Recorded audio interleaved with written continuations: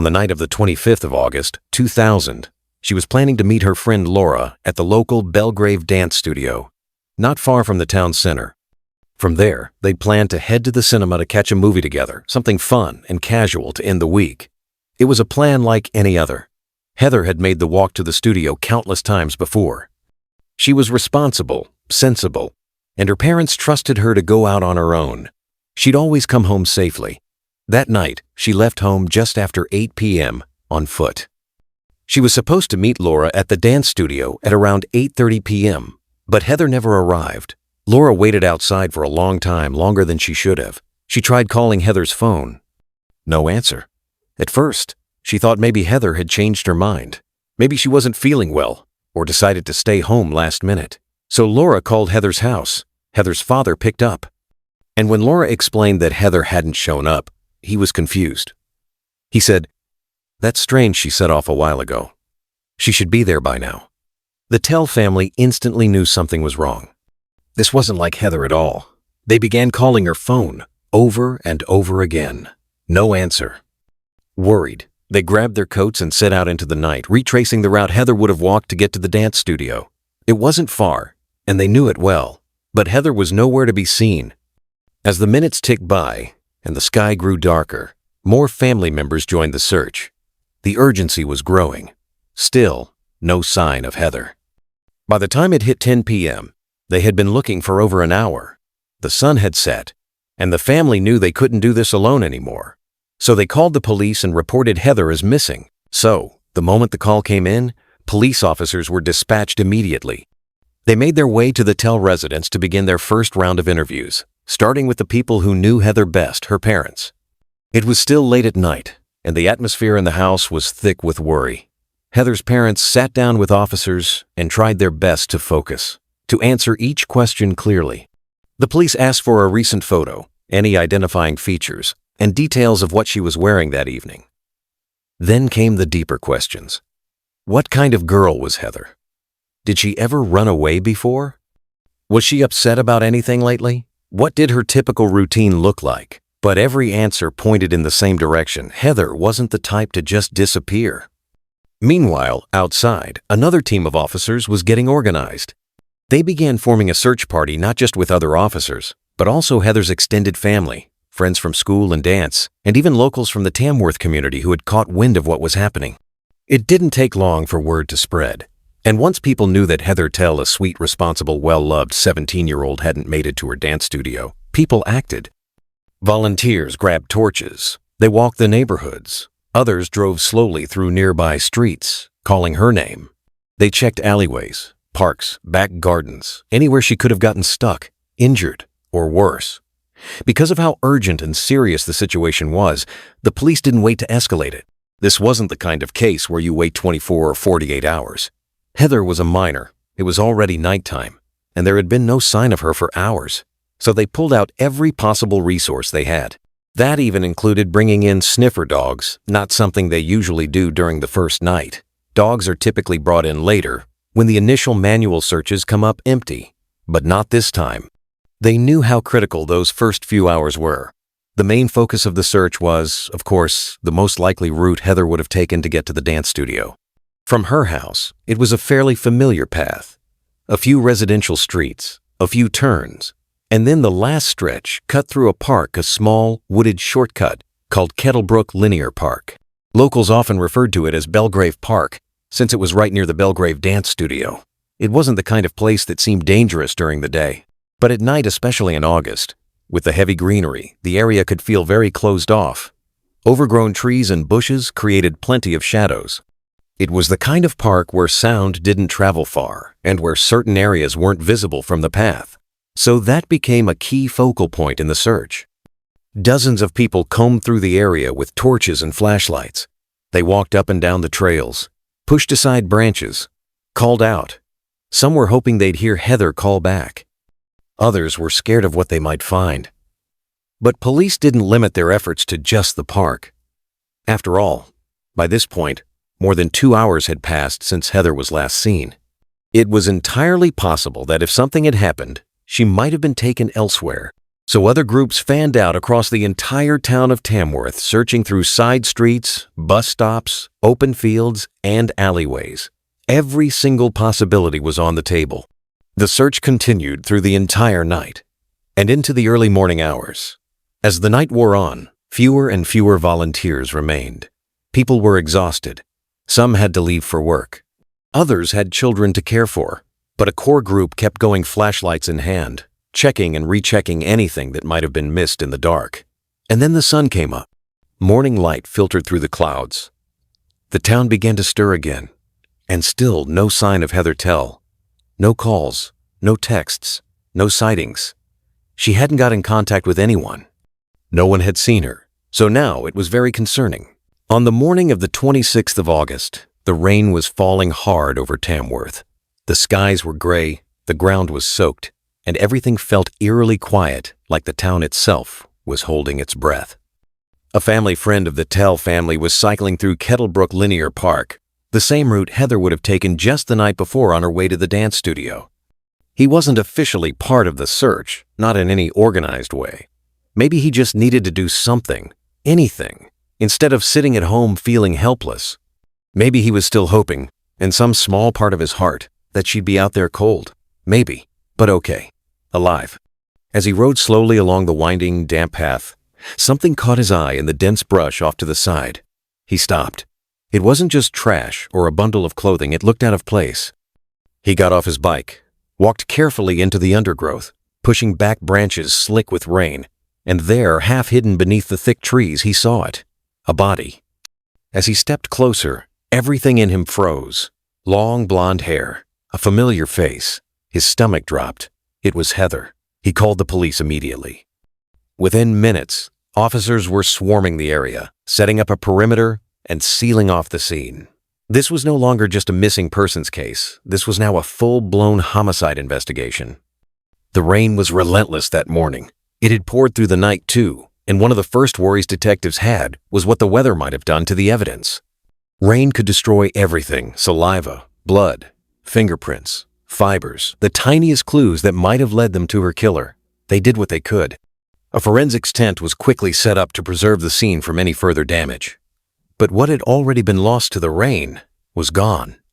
And to make things even harder, this was the year 2000. Forensic science was nowhere near as advanced as it is now. No trace DNA, no high-tech tools. The tools were basic, and the margin for error was high. Still, they had to try. Luckily, where Heather's body had been found offered some natural protection. She was deep in the undergrowth, under a canopy of trees that had shielded her from the worst of the storm. That gave investigators a small sliver of hope.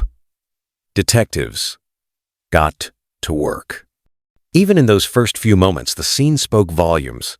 The positioning of the body, the lack of clothing at all, suggested something much darker, something brutal. Heather had been stripped of her clothes, and in a few reports, although not confirmed everywhere, it was said that her underwear had been found nearby, possibly even stuffed in her mouth. Whether that particular detail was true or not, one fact was painfully clear. Heather had been found completely naked. And unless there was some explanation no one could fathom, detectives were left with one overwhelming, horrifying conclusion. Why else would someone do that to her? Even before the post-mortem was completed, detectives at the scene could already make an educated guess about how Heather died. It was clear just by looking at her. There was a faint, narrow line around her neck that suggested she'd been strangled. Not with hands, the mark was too thin for that. This had likely been done with an object. Something slender, maybe a shoelace, a piece of rope, or wire. Whatever it was, it had been pulled tight and fast, with enough force to take her life. While forensic investigators worked carefully around Heather's body beneath the protective tent, other officers began searching the rest of the park. Kettlebrook was deceptively large, and, being a linear park, it stretched on in a long, narrow strip with heavy vegetation on both sides of the footpath. Every bush, tree, and clump of overgrowth became a possible hiding spot for evidence. Not far from where Heather lay, her earrings were found, partially buried in the dirt and leaves. It looked like they might have been ripped out or fallen off during a struggle, Her mobile phone, however, was found on the other side of the path, tossed into the grass. Some reports said it had been snapped in two others, just described it as damaged. Either way, it had clearly been thrown, maybe in anger, maybe in a rush to silence her. That phone would end up revealing one of the most heartbreaking clues of all. When police checked Heather's call records, they discovered that, around the same time she was believed to have died, Heather had tried to call her house. That tiny detail said so much. It painted a picture of a teenage girl, realizing something was wrong. Maybe she sensed someone following her. Maybe she heard something in the bushes. Maybe she was afraid, but trying to stay calm. She pulled out her phone not to call emergency services. Not yet. Just her house. Maybe she thought her dad might come out and meet her. Maybe she thought she could still get away. She never got the chance. As police searched the park and combed the river that ran alongside it, even bringing in divers to explore the cold, murky water for any discarded weapon or clue, others were back at the station, doing the slow, painful work of talking to Heather's family and friends. They were looking for anything, any small clue that might lead them toward a suspect, a bad relationship, a falling out, a jealous ex. But there was nothing. Heather wasn't the kind of girl who made enemies. She wasn't tangled in drama. She was bright, kind, and deeply loved by everyone around her. There was no obvious reason for someone to want to hurt her. And that's what made it worse. There was no clear motive, no warning signs, no suspect with a grudge, which led detectives to the most unsettling possibility of all. This was random. It wasn't personal. It wasn't planned in advance. It was just a moment. One awful, fleeting moment where the wrong person crossed paths with Heather Tell. And Heather just happened to be the first one that they saw. When word spread that Heather Tell had been murdered, the entire atmosphere in Tamworth changed overnight. This was a town where kids used to roam freely. Teenagers would gather at the parks, walk to the shops, hang out late on the streets. It was just what life was like. Parents trusted the town. There had never been a reason not to. But now, everything felt different. The streets were suddenly quiet, empty. People weren't just grieving, they were terrified. Heather's death had shattered something deep in the community. Parents started walking their children to school again. People began double locking their doors, even during the daytime. Groups of friends who used to meet at the park wouldn't dare go alone anymore. The town was gripped with fear. And for good reason, Heather had been murdered in cold blood, in a place everyone knew, by someone who was still out there, someone who might strike again. Police understood the fear. They felt the urgency too. And pretty early in the investigation, detectives formed a working theory. Whoever killed Heather probably lived nearby. This wasn't the kind of park you just stumbled across. Kettlebrook Linear Park was tucked away, mostly known by locals. It wasn't famous or scenic. It was just a shortcut, one of those paths you only use if you live in town and know it well. The killer had chosen that spot deliberately. They knew where they could attack, and where they could drag and hide a body without being seen or heard. That level of familiarity narrowed the field, but it also made things more complicated because, in a town like Tamworth, that could still be hundreds of people. And the hardest part? There were no leads. No strange cars, no suspicious persons, no witnesses, just Heather's body, and very little usable evidence. Police put out public appeals in newspapers, on the radio, the evening news. They hoped someone might call in with a tip, a memory, anything at all. But while they waited, they needed something else to go on. So they started going through old case files. Specifically, they focused on sexual crimes, particularly those that had happened in the area within the last year. Because if someone was capable of murdering a teenage girl in what looked like a sexually motivated attack, chances were this wasn't their first offense. Crimes like this often escalate. A person doesn't typically commit their first ever crime by murdering someone. It builds small things, growing into something more violent. And in this case, police were especially interested in reports of indecent exposure, someone flashing, undressing in public, or doing something sexual without consent. There were a lot more of these reports than anyone expected. In just the previous year, there had been about 150 reports of indecent exposure in and around Tamworth.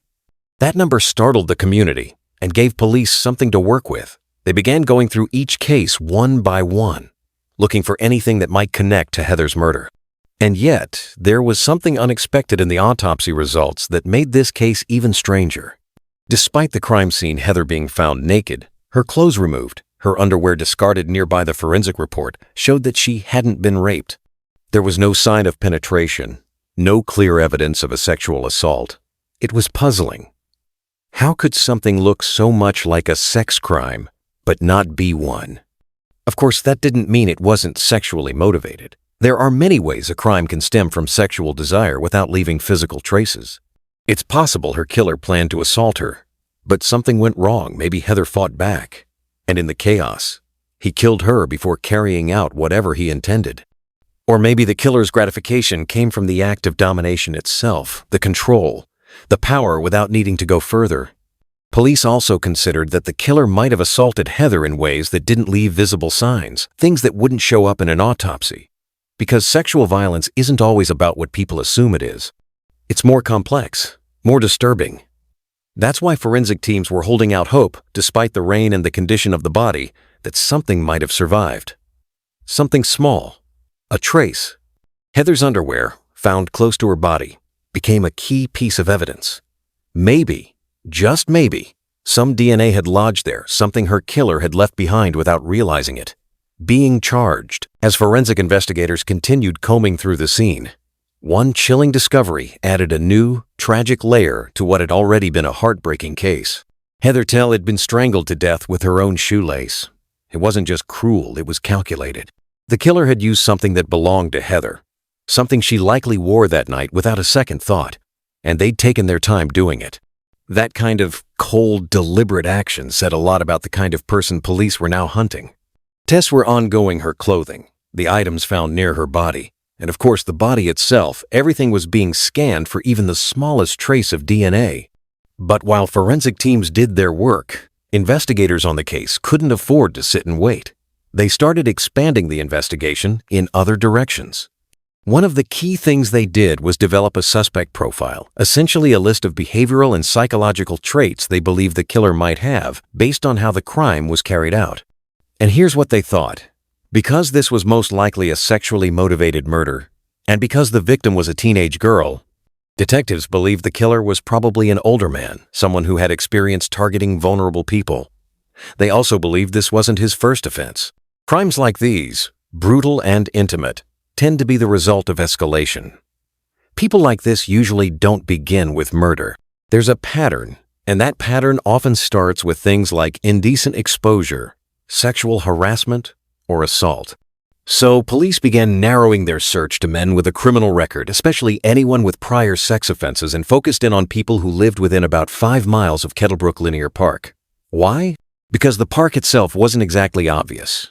It wasn't famous or scenic. You really had to be local to even know it was there, let alone know the perfect spots to commit a crime without being seen. The suspect profile was then used in media appeals. Police told the public what kind of person they were likely looking for. They asked for tips, suspicions, gut feelings, and it worked. Heather's case was now national news. It wasn't just a local tragedy anymore. It was in newspapers across the UK, showing up on the evening news, on talk shows, on radio.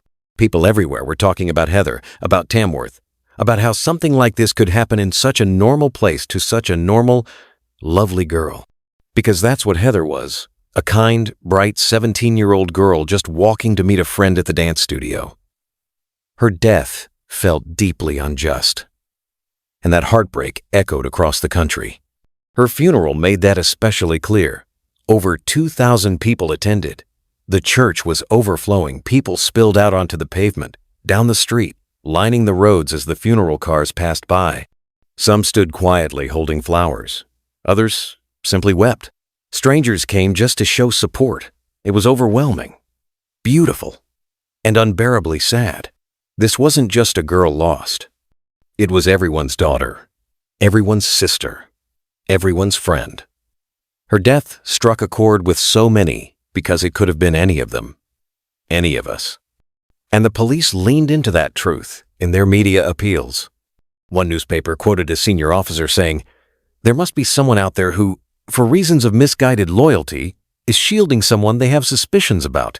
I would hate to think that anyone could look at a photograph of this gentle, kind-hearted teenager and knowingly harbor her killer. And soon, those words started to work. People started coming forward. People were calling, giving potential leads that they thought they had. One of the first meaningful leads in the investigation came from a young man named Johannes Prince.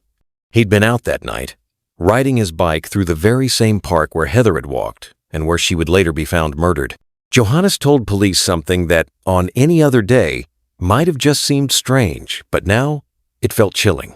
While cycling through the park, he noticed a man, not just someone walking or resting, but a man crouched low in a bush. He looked to be in his 30s or 40s, which crucially matched the age range laid out in the suspect profile police had created.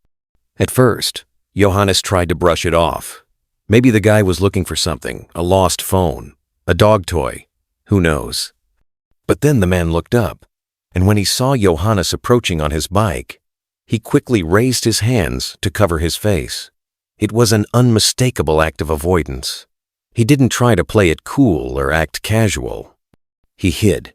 That was suspicious, no doubt about it. Still, Johannes didn't know at that point that a murder had just taken place. So, he just kept cycling to his friend's house and tried to forget about it. About an hour later, he began riding back home, taking the same route past Belgrave Dance Studio, the very place Heather had planned to meet her friend that night. That's when it happened again. That same man stepped into his path, stopping him dead in his tracks. But this time, the encounter was much closer face to face. And because of that, Johannes got a very clear look at the man's appearance. Everything from his facial features down to the shape of his belt buckle stuck in his memory. He even recalled that the man was wearing royal blue from head to toe. The timing of this second encounter couldn't have been more important. Police believed that Heather had been murdered sometime between 8 o'clock and 8:30 p.m., and Johannes saw this man just after 8:30, right in the area where her body would later be discovered. That, combined with the suspicious behavior, made this a very promising lead. And then finally came something solid. Another tip arrived, and this time, it came with a name. A group of co-workers from a stationery store in Tamworth came forward with troubling news. One of their colleagues, a 19-year-old girl, had confided in them that she was deeply uncomfortable. She told them she had a bad feeling about her own father in relation to Heather Tell's murder. At first, she hadn't gone to the police herself. She was scared, understandably so. This wasn't just anyone. This was her dad. But, as the days passed, she couldn't shake the feeling. So she opened up to her co-workers. What she shared was serious. Her father, she said, had a history of sex crimes. When she was a child, he had served 2 years in prison for an attempted rape. And on the night Heather Tell disappeared, he didn't come home. The next morning, when he finally showed up, he was soaking wet, disheveled, and looked completely drained, like he'd been through something. He gave no explanation for where he'd been that night or why he hadn't come home at all. The girl had her suspicions, but fear held her back. Her coworkers, though, knew this wasn't something they could sit on. This wasn't just gossip, this was life or death. So, even though it was hard, they went straight to the police. They couldn't keep this information and just wait for their friend to kind of do it on her own. This was a very serious matter, and this was a very dangerous man on the loose, and so they went to the police themselves. That 19-year-old girl who had come forward, the one brave enough to raise suspicions about her own father, her name was Lindsay Chidgey. And the man she was accusing? Michael Chidgey, a 45-year-old coach driver from Tamworth. With that name in hand, police finally had their first real suspect. So they began digging into Michael Chidgey's past, and what they found was disturbing. Lindsay had known about one attempted rape. But the truth? His history of sexual crimes ran much deeper than that. His record was long, mainly from his younger years. He actually hadn't been charged with anything criminal in the last 17 years, which might explain why he'd slipped under the radar. His first charge came when he was just 16 years old, for indecent exposure. And after that, there were 9 more charges of the same nature. 9. One of those chillingly had occurred in the very same park where Heather Tell was murdered. But the most serious of all the charges was, of course, the one Lindsay already knew about, the attempted rape that sent him to prison. It had happened one day when Michael was driving and spotted a woman stranded on the side of the road. Her car had broken down. She was vulnerable, looking for help. Michael pulled over and offered to assist her. But when he saw that the coast was clear, he attacked her. He tried to rape her. Thankfully, she fought him off. He ran back to his car and sped off, but not before she caught his license plate number, which she gave to the police. Michael Chidgey was convicted and served 2 years in prison. After that, he seemingly disappeared from police records. Maybe he laid low. Maybe there were other crimes that just never got reported. But it appeared, at least on paper, that prison had scared him straight. So now, Michael Chidgey was brought in for questioning in Heather's case. He denied everything. Said he had nothing to do with her murder. He claimed he wasn't even in the park that night. But without any physical evidence to tie him to the crime, police couldn't do much. They had to let him go. At this point, they knew their best shot at securing a conviction was DNA evidence, and they were clinging to hope that some trace of the killer had survived the rain that had poured the night Heather was found. So investigators turned to a relatively new technique at the time: DNA profiling. Now, just to clarify, a DNA profile isn't the same thing as a full DNA sample. Everyone has their own unique DNA sample, but a DNA profile is more general, containing less specific genetic markers. That means several people might share a similar profile, though it's still considered statistically rare. In fact, the odds of someone else having the same DNA profile as you are about 1 in 70 million. So, while it's not a full DNA match, it's pretty damning. Michael Chidgey agreed to provide a DNA swab, a simple cheek swab, which was then sent to the lab. The team hoped, despite the rain, that maybe they had recovered something from Heather's body or clothing, particularly her underwear, which had been found near the scene. And against the odds, they had. A small sample had survived. It was tested against Michael Chidgey's DNA, and it was a match. The DNA profile might not have been a full match, but for police it was enough. It gave them a clear reason to act, because whether or not it would hold up fully in court, that wasn't their most urgent concern. Right now, they needed to get Michael Chidgey off the streets. If he was guilty and all signs were pointing that way, then he was dangerous. And the thought of him walking free while Heather Tell's family suffered was just unthinkable. So, police didn't wait. They moved in and arrested Michael Chidgey. Once again, he was brought into the station. Only this time, they had far more than suspicions. They had science. The question was simple. Why was your DNA found on Heather Tell's underwear? And what came next was almost too ridiculous to believe. Michael told officers that he had a peculiar habit that he liked to go into women's underwear shops and touch the lingerie, not to steal anything, not to talk to anyone. He would just fondle the underwear while it was still on the rack. That was it. That was his thing.